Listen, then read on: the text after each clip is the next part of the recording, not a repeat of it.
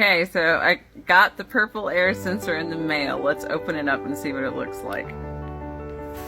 Okay, so we're opening it up.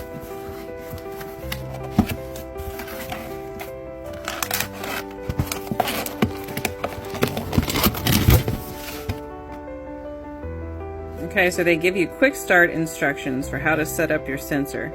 So scan me for full instructions or visit purpleair.com/install. Scan me to register, scan me for real-time map, and scan me for the community or visit communitypurpleair.com.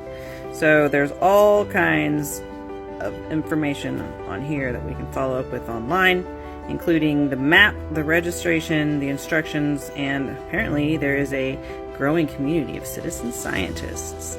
It's a dedicated space for you and fellow citizen scientists, so we can ask questions and get support from other people with its sensors. Pretty cool, really. So what does the sensor look like? Taking it out of its little housing. This under here would be the mechanisms, which I'm not going to even try to explain. But the little thing itself, the sensor, is actually quite small.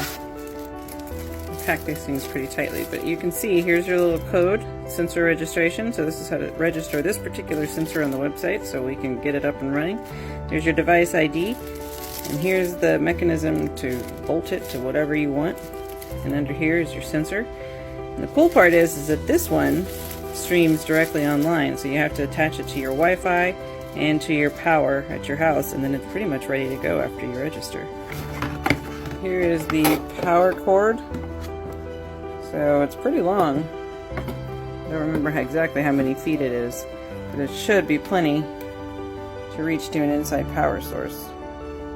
So all of these tools come right along in the box, along with some more instructions right here, but most of that I believe is online. Oh, and zip ties. Heck yeah.